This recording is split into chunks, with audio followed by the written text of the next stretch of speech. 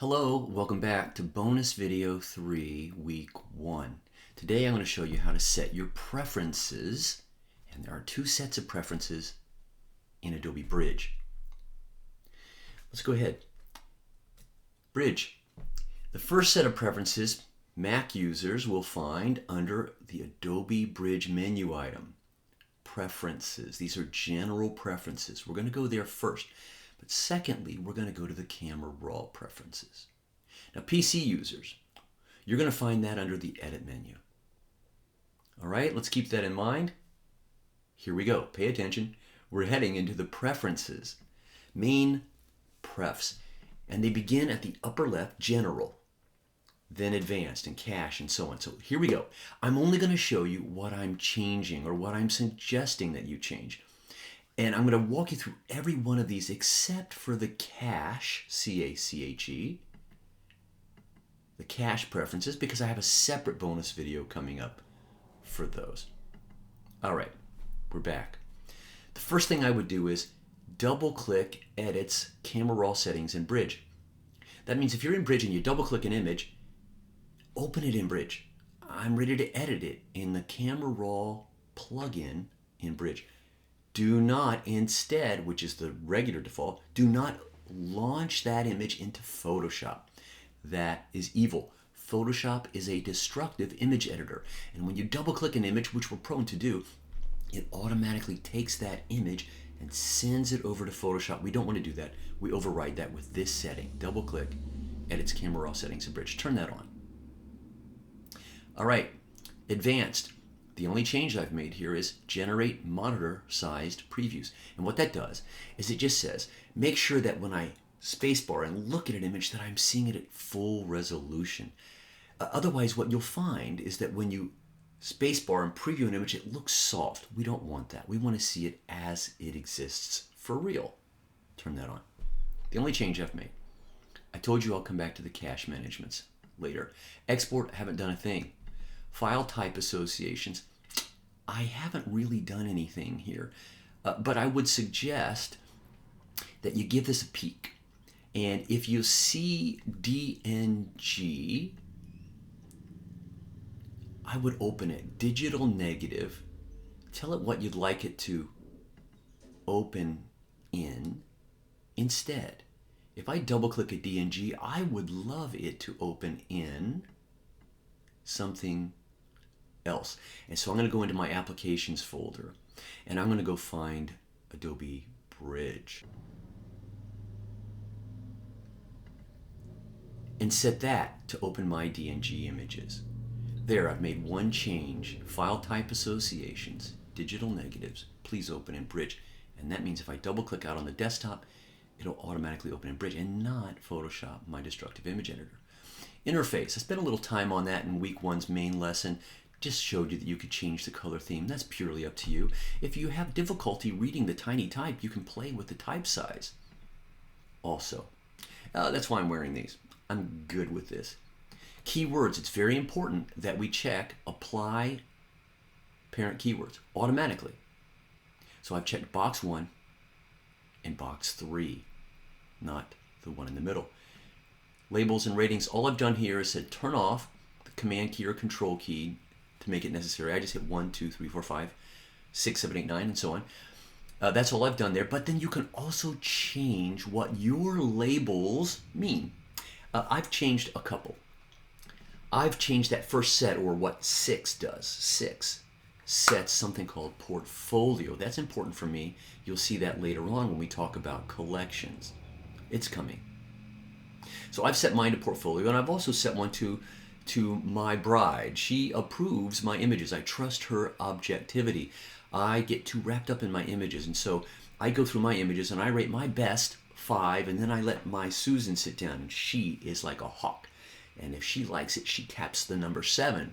7, Susan approved. 7 rhymes with heaven, which is from which she dropped. And then I have one called select, and that's when my customer selects their chosen images. I remark those with an 8. Pop, my customer chose this, and so on. It's up to you. Whatever you want to do, you can leave them as is if you choose. Media cache will skip. metadata we're going to go to. And it's very important. Watch me very carefully here. You'll see there are lots of little arrows, little pointing at the right or down. If you see one pointing down, and you will, click it. And it collapses all the checkboxes below that or within that. Boom. Bring all of them. Make sure they're all pointing to the right, all the way down. Good. So they're all pointing to the right. Now I can click one checkbox to check them all that are embedded, you see?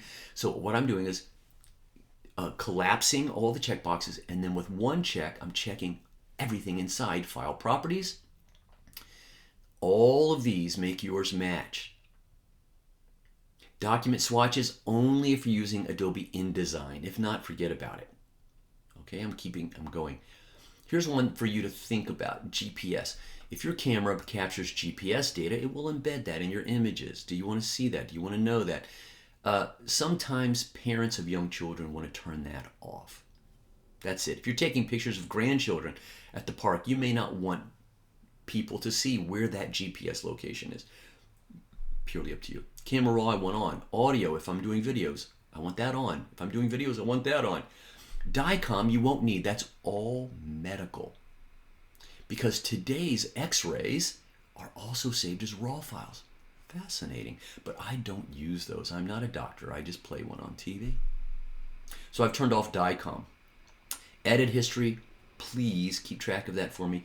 Version Q is old technology and way dead. I've unchecked it. I don't know what the empty box at the bottom is, but I don't use it. That's it for metadata. Output, I've checked everything. Playback, I don't bother with. Startup scripts, there are some that come automatically. I enable all. You're covered. Thumbnails, up to you. Here's a setting. Do not process files larger than. If that number isn't very high, then at some point you're going to open an image and it'll say, oh, that's too big for me to edit. I'm not going to touch it. So I basically add a couple of zeros, and that just says process everything, please, that I send you. And so it does. You can see the rest of my screen here. I've checked these boxes down below. It just says show me additional metadata when I hover over a thumbnail. That may have perturbed you in my week 1 video when you saw that big yellow box with type all in it. It was this data. Show me that data and show it to me when I hover. What data? And when I hover. That's all I did. Okay, that's it for those sets of preferences. If there are questions on that, email me. Time to do the second set of prefs. PC users, you're going to look under the edit menu. Mac users, you're going to find it right here. Camera raw preferences. Bridge, Lightroom, and Photoshop, all three use a set of code. It's called a plugin called Adobe Camera Raw. They all three utilize exactly the same plugin. And so when I'm changing my Camera Raw preferences here in Bridge, it's also changing them in Lightroom and in Photoshop. All right, I'm setting my Camera Raw prefs. Likewise, if you change the Camera Raw prefs in Photoshop, it's going to show up here. I'm just showing you what I'm getting. General, file handling, performance, raw, and workflow. Some of these you won't need to bother with, but this one I suggest. If you're editing your images via Bridge in Adobe Camera Raw, and I've got a whole separate mini series on that available at youkeepshooting.com. And it's called Editing in Adobe Camera Raw.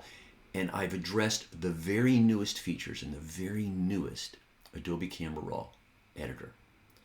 And so you'll see this show up in that video as well. I've chosen a new feature here called Edit Panel Behavior Responsive. The default, you can see, is single. I've chosen responsive. You might thank me later. It just keeps open as many panels as I can keep open, but if I pop open another one, you'll see it automatically collapses the ones I'm not using. That's it. All right? Film strip orientation. When you're looking at your thumbnails, Will they be across the bottom? That's horizontal. Or will they go up the side? That's vertical. I've chosen vertical. It's really your preference. Welcome to Camera Raw Preferences. That's all I'm going to do there. File handling. This is important. I ignore XMP sidecar files. But the most important thing is I say, and give me full-sized previews. It makes your images look appropriate, clean, accurate on screen. We did this once before in the Bridge preps, but this is the Camera Raw version of this, okay? Now, there are some new file types. JPEG is not new. Heek is newish. And so they've added that a couple of versions ago. Heek is universal, but it is definitely built into Apple's iPhone technology lately. And so when you take a photo on an iPhone, it's not a JPEG anymore. It's a Heek. And Bridge can process those. So JPEG and Heek automatically open. Here's what I've set. Automatically open JPEGs and Heeks if I've opened them myself and I've edited their settings.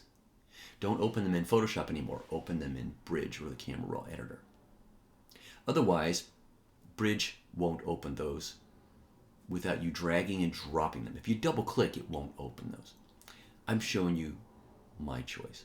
The third choice says, I don't care what has touched it. If nothing has, I always want you to open my JPEGs and my Heeks in Bridge and a Camera Raw rather than Photoshop. I don't advise, so I'm choosing the middle. Now TIFFs. Yeah, I always open all my TIFFs here in Bridge and Camera Raw.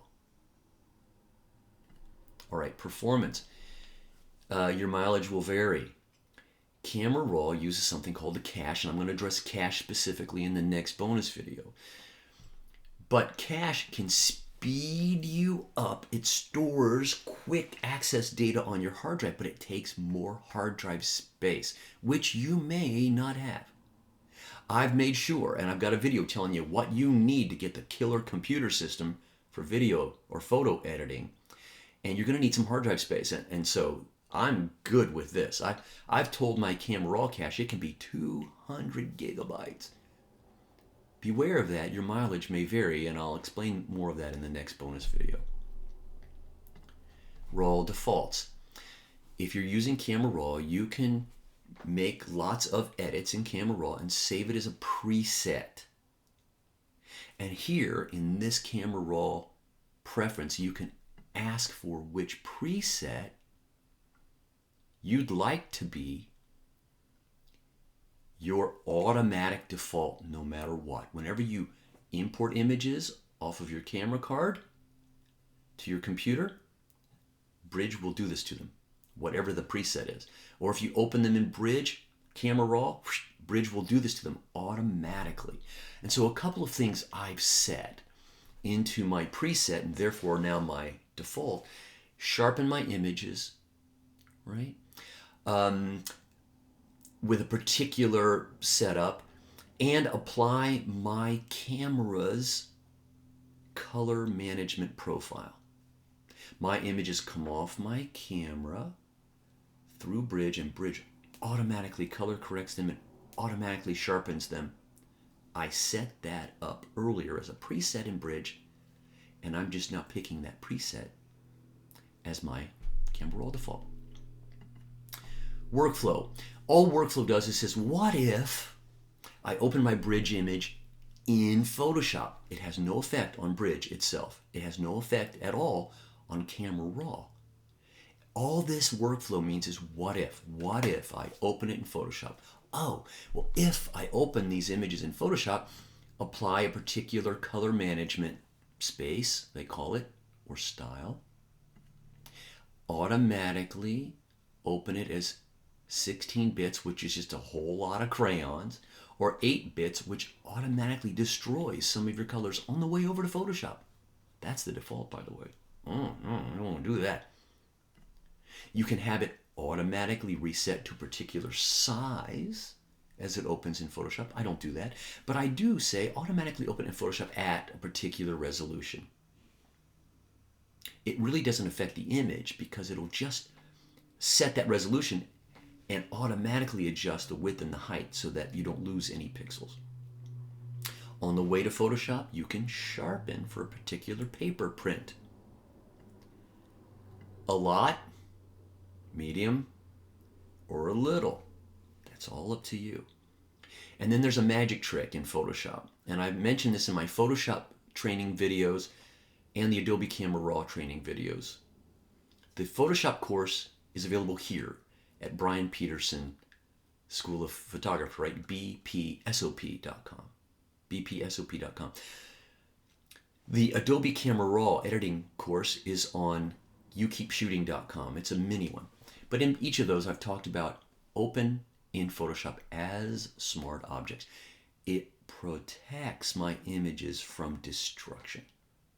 You may want to do a little bit more research before you check that button because it turns off certain features in Photoshop, but I can show you how to manage that in those other courses.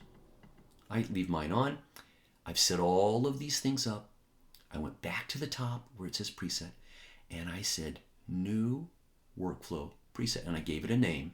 And you can see that the name I gave it was pretty specific. I typed Adobe RGB 16300